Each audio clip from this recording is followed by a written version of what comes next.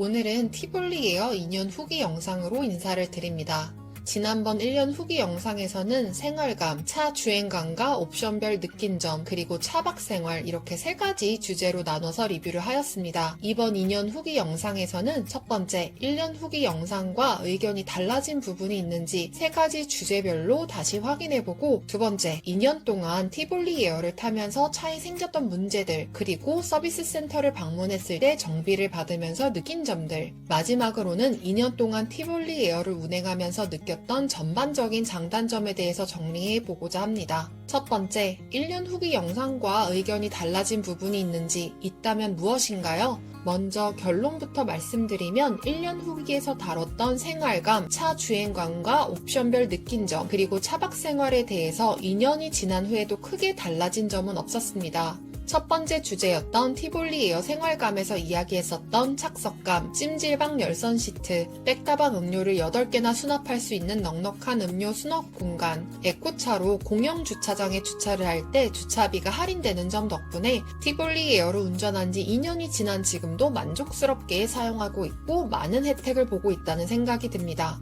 두 번째 주제였던 차 주행감과 옵션별 느낀 점에서는 안정적인 주행감과 가성비 연비, 소음 제대로 차단하는 윈드실드 글래스, 에어컨 자동 조절 옵션을 넣지 않은 것, 센스 있는 땡큐 버튼, 정말 환한 라이트 밝기, 패션 루프렉, 주행 시 안전을 위한 안전 사양들, 경사로 감속 제어 기능, 차선 이탈 경보 기능 등 2년이 지난 지금도 이전과 크게 달라진 의견은 없었습니다. 이 중 탁월한 선택이었다라고 생각하는 점이 있는데, 그건 바로 에어컨 자동 조절 옵션을 넣지 않은 것이었습니다. 구매 당시에는 이 옵션을 넣을지 말지 정말 많이 고민을 했지만 2년이 지난 지금까지 에어컨 수동 조절을 하면서도 불편함 없이 정말 잘 사용하고 있거든요. 이 옵션의 가격이 비쌌던 걸로 기억을 하는데, 그래서 당시에 과연 에어컨을 자동으로 조절하는 것이 얼마나 효율적일지에 대해서 많이 생각을 해봤어요. 최 여사님 차의 에어컨이 자동 조절 옵션인데, 저 같은 경우는 최 여사님 차를 타면 먼저 오토로 에어컨을 킨 다음에 결국에는 온도와 풍량을 수동으로 조절하게 되더라고요. 그래서 어차피 수동으로 하는데 자동이 의미가 없다는 생각이 들더라고요. 이건 사람 성향에 따라서 다른 의견이 있을 수도 있을 것 같습니다. 그리고 2년이 지난 지금도 여전히 주행 시 안전을 위한 경사로 감속 제어 기능, 차선 이탈 경보 기능 등 안전 사양들은 전혀 사용하고 있지 않아요. 사실 이 안전 사양들은 뭔가 눌렀다가 더 잘못될 것 같다는 불안감 때문에 겁이 나다 보니 저 같은 쫄보는 아예 안 만지게 되는 것 같아요. 제가 주행 시 가장 많이 사용하고 좋아하는 기능은 땡큐 버튼이에요. 제가 너무너무 잘 사용하고 있는 기능 중에 하나입니다. 아무래도 운전을 하다 보면 땡큐 할 일이 참 많다 보니까 편하게 한번 누르면 비상등이 자동으로 켜졌다가 꺼지거든요. 너무 좋더라고요. 세 번째로 이야기했었던 차박 시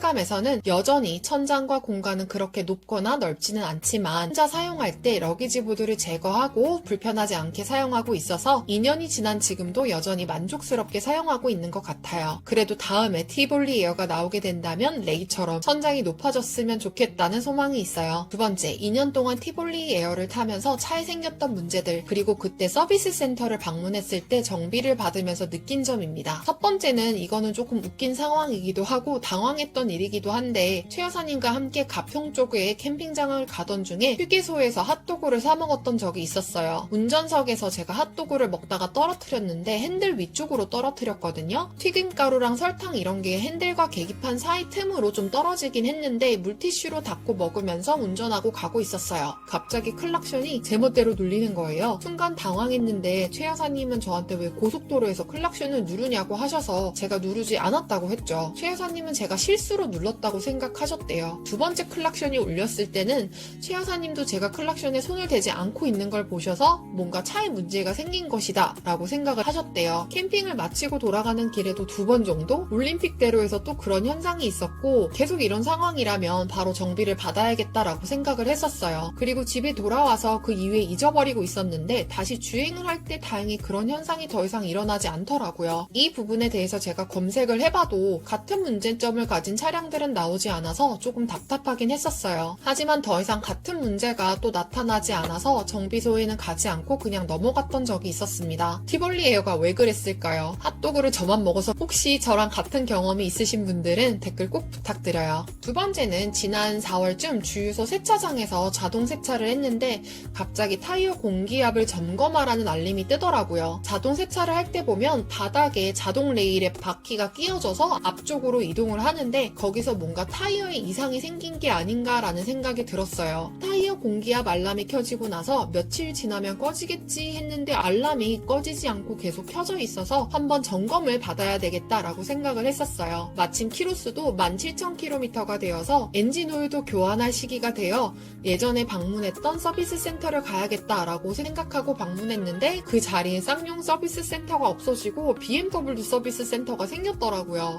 캠핑장 가는 길이었는데 당시에 너무 당황했던 기억이 나요. 쌍용 서비스 센터가 다 없어진 줄 알고 이제 정비를 못 받는 것인가 라는 생각이 들어서 갑자기 겁이 덜컥 나더라고요. 사실 그동안 쌍용 자동차를 누가 인수하는지 어떻게 돌아가는지 관심이 별로 없었기 때문에 이래서 주변에서 쌍용 자동차를 사지 말라고 했었나? 주변에서 말릴 때 말을 들어야 했나? 별별 생각이 들더라고요. 나중에 서비스 센터를 확인해보니 다른 곳에는 멀쩡히 운영하고 있어서 더 안도감이 들더라고요. 항상 가던 곳이 없어지는 바람에 어디로 가야 할지 고민하다 이번에는 아예 서비스 센터 직영정모로 가보자 해서 구로에 있는 서울 쌍용 서비스 직영센터로 예약을 했어요. 그리고 KG라는 회사가 쌍용 자동차를 인수하면서 이름도 쌍용 자동차가 아니라 KG 모빌리티로 바뀌었더라고요. 예약한 날이 되어서 직영센터로 갔는데 거기 계신 직원분들 모두 다 친절하시고 좋았어요. 다만 예약 시간이 오전 8시였는데 직원분들이 국민체조를 하고 계셔서 살짝 당황했어요. 민망했지만 접수한 뒤에 고객 라운지로 가서 기다렸습니다. 고객 라운지는 처음 방문해봤는데 티볼리 에어 아이템도 팔고 있고 카페에서 커피랑 음료수도 저렴하게 팔고 맛있더라고요. 거기서 최 여사님과 1시간 정도 기다린 것 같아요. 기다리다 보니 담당 직원분께 전화가 와서 오늘은 타이어 공기업 점검이랑 엔진 오일 교체를 진행할 예정이고 타이어 마모도 때문에 타이어의 위치를 앞뒤로 교환을 해주는 게 좋다고 말씀해 주셨어요. 그리고 이렇게 진행할 때 얼만큼 비용이 드는지도 미리 말씀해 주시더라고요. 저는 이 점이 제일 좋았어요. 차 같은 경우는 문제가 생길 때 보통 비용이 많이 드는데 오늘 진행할 부분이 무엇인지 먼저 자세히 설명해 주시고 진행 비용이 얼마나 드는지 정확하게 말씀해 주시니 어떤 서비스를 진행하겠다라고 편하게 선택할 수도 있고 고객 입장에서는 더 믿음이 생기더라고요. 사실 타이어 위치 교환은 생각했던 부분이 아니었는데 나중에 찾아보니 교환 주기에 맞춰서 바꿔주는 게 타이어 수명을 연장하는 데 훨씬 도움이 된다고 하더라고요. 그 이유는 보통 조향을 담당하고 주동력이 전달되는 앞바퀴가 뒷바퀴보다 마모 현상이 빨리 일어나게 된다고 합니다. 그렇게 되면 앞바퀴와 뒷바퀴의 높이 차이가 생겨서 차의 밸런스가 깨지고 휠의 얼라이어먼트가 틀어질 수도 있다고 하더라고요. 휠의 얼라이어먼트는 차량의 바퀴축인 앞바퀴의 캠퍼, 캐스터, 토잉 각도와 킹핀 경사각, 최서 회전 반지름 등 측정값을 바탕으로 자동차 차체와 구동축을 일직선으로 정렬하는 작업을 의미한다고 해요. 무슨 말인지 너무 어려워서 모르겠지만 자동차 차체와 바퀴가 움직이는 축을 일직선으로 정렬하기 위해서 여러가지 경사각이나 측정값을 계산한 각도를 맞추는 게 휠 얼라이어먼트라는 이야기인 것 같아요. 그리고 타이어 위치 교환을 통해서 타이어 마모도를 4개 타이어 모두 비슷하게 만들어주면 교체할 때 타이어 4개를 동시에 교체하는 게 훨씬 더 할인도 되고 앞으로 관리하는 데 편하다고 합니다. 앞바퀴만 교체할 경우 나중에 뒷바퀴도 따로 교체를 해줘야 돼서 앞바퀴, 뒷바퀴 이렇게 각각 신경 써야 하는 점이 나중에 불편할 수도 있겠더라고요. 가장 좋은 건 이렇게 위치 교환을 해주면 타이어 교체 주기를 30% 정도